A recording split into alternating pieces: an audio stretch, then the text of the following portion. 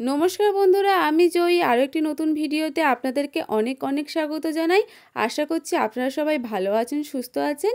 আগের ভিডিওতে আমি আপনাদেরকে ব্রা কাট বলুন, চলি কাট বলুন বা বোম্বে কাট বলুন, সেই ব্লাউজে কাটিংয়ের A to Z সমস্তটা দেখিয়ে দিয়েছিলাম।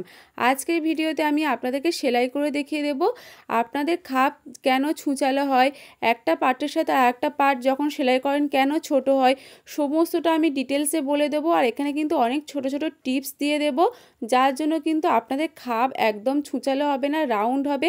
আর একটা পার্টের সাথে আর একটা পার্ট কিন্তু একদম সমানভাবেই হবে, কোনো জায়গায় কিন্তু ছোট বড় কিন্তু হবে না। তার জন্য কিন্তু আপনাদের সম্পূর্ণ ভিডিওটি দেখতে হবে। এখানে দেখতেই পাচ্ছেন আমার লাইনিং কাপড় আর মেন কাপড় আমি এখানে কাটিং করে নিয়েছি। আশা করছি আপনারা এই ভিডিওটি দেখার পর থেকে আপনাদের আর সমস্যা হবে না। তো আপনাদের যাদের সমস্যা হয় বা সেলাই করতে একটু প্রবলেম হয়, খাপ ঠিকঠাকভাবে হয় না, কাপড় ছোট বড় হয়ে যায়, তো আশা করছি এই ভিডিওটি দেখার পরে আপনাদের আর সমস্যা হবে না। তো চলুন আজকের ভিডিওটি শুরু করি। তো এখানে দেখতেই পাচ্ছেন আমি প্রথমে একটা সাইডে সমস্ত পার্টগুলো আমি সাজিয়ে নিয়েছি। তো প্রথমে দেখুন খাপের ওপরের অংশটা আছে, তার নিচে খাপের নিচের অংশটা আছে, আর তার নিচে বেল্টের অংশটা আছে, সাইডে এসপার্টটা আছে। তো এইভাবে আমি সমস্তটা সাজিয়ে নিয়েছি। তো সবার প্রথমে এখানে খাপের ওপরের অংশটা, খাপের নিচের অংশটা নিয়ে নিয়েছি। আর আমি যখন কাটিং করেছিলাম তখন আমি আপনাদেরকে বলে দিয়েছিলাম, যেখানে আমরা 1 ইঞ্চিতে নিচে ডাউন দিয়ে কেটেছিলাম সেটা কিন্তু সবসময় খাপের নিচের দিকে থাকবে। তো দেখুন সেই নিচের দিকেই আছে, সেখান থেকে কিন্তু আমাদের টেকিংটা দিয়ে নিতে হবে। কাটিংয়েও আমি দেখিয়ে দিয়েছিলাম আপনারা কিভাবে টেকিংটা দেবেন। তো দেখুন এখানে আমি 1 ইঞ্চি বাড়িয়েছিলাম, সেজন্য এখানে 1 ইঞ্চি মাপ করে কিন্তু টেকিংটা এখানে আমি দিয়ে দিচ্ছি। আর একদম কোণে কিন্তু টেকিংটা দিতে হবে, নিচ থেকে চওড়া হয়ে ওপরের দিকে কিন্তু একদম সরু করে দিতে হবে। অনেকে কিন্তু ওপরের দিকে চওড়া থাকে, সেই জন্য কিন্তু খাপের অংশটা কিন্তু ছুঁচালো হয়ে যায়, খাপ ঠিকঠাকভাবে হয় না। আর জয়েন করার সময়ও কিন্তু ওপরের অংশটার সাথে জয়েন করার সময় কিন্তু কাপড় ছোট বড় হয়ে যায়। তো ওপরের দিকে আপনারা কিন্তু একদম ছুঁচ করে কিন্তু টেকিং নিয়ে সেলাইটা দেবেন, একদম কিন্তু চওড়া করবেন না। তারপরে দেখুন সোজা দিকের ওপর সোজা দিকটা রেখেছি, দুটো ওপর মুখোমুখি রেখে এবার ধার বরাবর এখানে আমি 1/2 ইঞ্চির গ্যাপ দিয়ে সেলাই করব। প্রপার কিন্তু একদম 1/2 ইঞ্চির গ্যাপ দিয়ে সেলাই করবেন, কেন 1/2 ইঞ্চি কিন্তু সেলাই মার্জিন নিয়েছিলাম সেলাই করার জন্য। যাদের কিন্তু 1/2 ইঞ্চি বুঝতে সমস্যা হবে তারা ফিতে দিয়ে কিন্তু মেপে মেপে দাগ দিয়ে নেবেন, রাউন্ড করে কিন্তু কিছুটা গ্যাপ দিয়ে দিয়ে ফিতে দিয়ে দাগ দিয়ে তারপরে কিন্তু সেলাই করবেন। আপনারা যারা সবে সবে সেলাইয়ের কাজ করছেন তারা অবশ্যই কিন্তু দাগ দিয়ে সেলাই করবেন। তো অবশ্যই করে কিন্তু সব জায়গায় ডবল সেলাই দিতে হবে। তো দেখুন এখানে আমার সেলাইটা হয়ে গেছে, আমি আপনাদেরকে খাপটা খুলে দেখিয়ে দিচ্ছি কত সুন্দর হয়েছে। দেখুন আমার কিন্তু একটুও ছুঁচালো হয়নি, একদম কিন্তু রাউন্ড হয়েছে। এবার কিন্তু আমি এস পার্টটার সাথে জয়েন করে নেব। তো দেখুন সোজা পার্টের ওপর সোজা পার্টটা রাখবো, সবসময় কিন্তু সোজা দিকের ওপর সোজা দিকটা রাখতে হবে, রেখে সেলাই করতে হবে।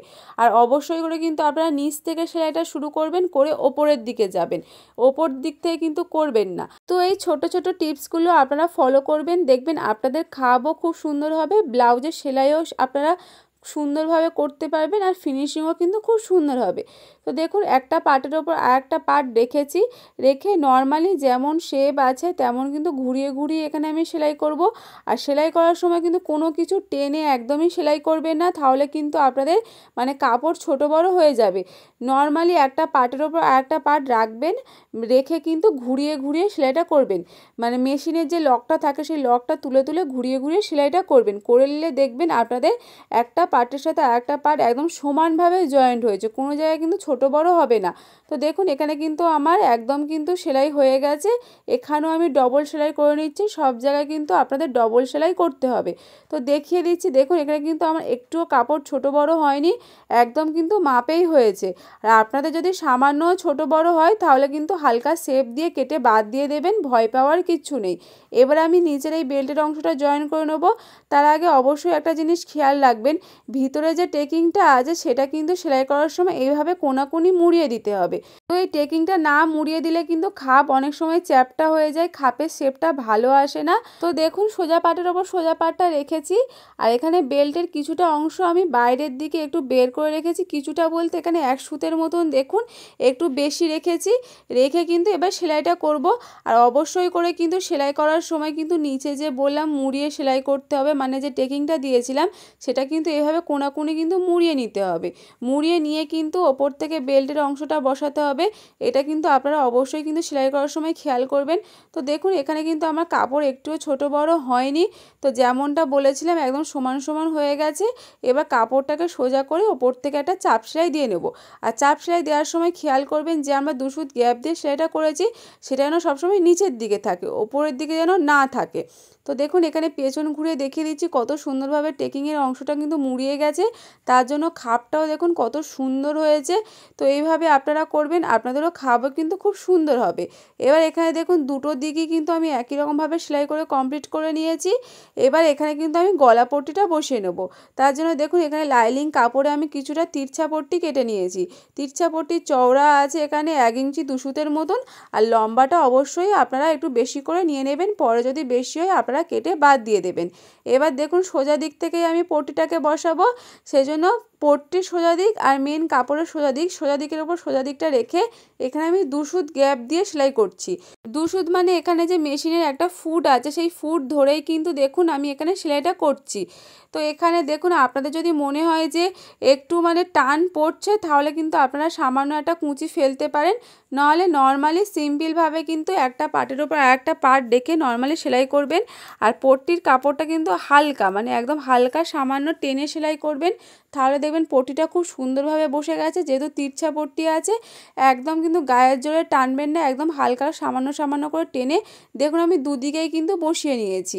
এবার দেখুন একটা কাঁচি নিয়েছি, নিয়ে এখানে কিছুটা গ্যাপে গ্যাপে কাটিং করে নিচ্ছি। কাটিং করার সময় অবশ্যই খেয়াল রাখবেন যাতে না সুতো না কেটে যায়, সুতোর আগে পর্যন্ত কিন্তু কাটিং করতে হবে। কাটিং করলে তাহলে লাইনিংটা কিন্তু সুন্দরভাবে পিছনের দিকে চলে যায়। এবার দেখুন এই লাইনিংয়ের ওপর থেকে চাপ সেলাই দেবো। চাপ সেলাই কিন্তু লাইনিংয়ের ওপর থেকেই দিতে হবে, মেন কাপড়ে আপনারা কিন্তু দেবেন না। আর যখন চাপ সেলাইটা দেবেন আমরা যে 2 সুত গ্যাপ দিয়ে সেলাইটা করেছিলাম সেটা যেন ওই লাইনিংয়ের দিকেই থাকে, মেন কাপড়ের দিকে যাতে না থাকে।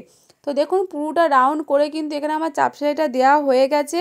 এবার এখানে কি করব, আমার যে এক্সট্রা কাপড়টা আছে সেটা ডবল ভাঁজ করে মুড়িয়ে কিন্তু আমি হাতে এখানে হেম সেলাই করে নেব। আপনারা চাইলে কিন্তু এখানে মেশিন সেলাইও দিতে পারেন। তো এখানে আমার মিডিলে জয়েন্ট ছিল, সেজন্য জয়েন্টটাকে আলাদা করে নিলাম। দেখুন যে টোটাল কাপড়টা আছে সেটা সম্পূর্ণ পেছনের দিকে নিয়ে ভাঁজ করে নিয়ে চলে যাব। এখানে কিন্তু আমি হাতে সেলাই দেবো, আপনারাও হাতে সেলাই দেবেন। যদি সিল্কের কাপড় হয় অবশ্যই হাতে সেলাই দেবেন, দেখবেন ফিনিশিং খুব সুন্দর হবে। এবার আমি আপনাদের হুক আর হুকের ঘরটা বসিয়ে দেখাবো। তার জন্য এখানে আমি পিন আপ করে নিয়েছি, যেহেতু আমি পরে হাত সেলাই করব, এখন যেহেতু মেশিনে বসে আছি সেজন্য মেশিন সেলাইটাই কমপ্লিট করে নিচ্ছি। তো যেখানে বসাবো সেই মাপটা আমার দেখুন এখানে 8 ইঞ্চির থেকে একটু কম হয়েছে, এখানে আমি 1 ইঞ্চি বেশি দিয়ে পট্টিটা কেটে নিয়েছি। 9 ইঞ্চির মতন পট্টি কেটেছি, দুটো পট্টি, একটা পট্টি চওড়া 2 ইঞ্চি আছে, একটা পট্টি চওড়া 2.5 ইঞ্চি আছে। তো প্রথমে আমি এখানে হুক বসার পট্টিটা করে নেব। তো এখানে হুক বসার জন্য পট্টিটা আমি এখানে 2 ইঞ্চি রেখেছি। তো প্রথমে সোজা দিক থেকে পট্টিটাকে বসাবো, এটা কিন্তু আমি হুকের পট্টি বসাচ্ছি। তো দুটো সাইডকে পাশাপাশি রাখবেন, আপনাদের বাঁ দিকে যে পার্টটা থাকবে সেদিকেই কিন্তু আপনাদের হুক বসার পট্টি বসবে। তো এখানে দেখুন হুক পট্টি বসানোর জন্য আমি এখানে প্রথমে সোজা দিকের ওপর লাইনটাকে রেখেছি, রেখে এখানে 2 সুত গ্যাপ দিয়ে প্রথমে সেলাইটা করে নিচ্ছি। আর সেলাই করার সময় অবশ্যই কিন্তু মাথার দিকে আপনাদের 1/2 ইঞ্চির মতন বেশি থাকতে হবে, কারণ ওটা আমাদের মুড়িয়ে সেলাই করতে হবে। তারপরে দেখুন এখানে লাইনিংয়ের ওপর থেকে একটা চাপ সেলাই করে নেব। করে নেওয়ার পরে এখানে আমার অনেকটা একটু বেশি মনে হচ্ছিল, এখানে 1/2 ইঞ্চির মতন বেশি রাখবেন, 1/2 ইঞ্চির বেশি রাখার কোনো দরকার নেই। যদি বেশি থাকে তো অবশ্যই কেটে বাদ দিয়ে দেবেন।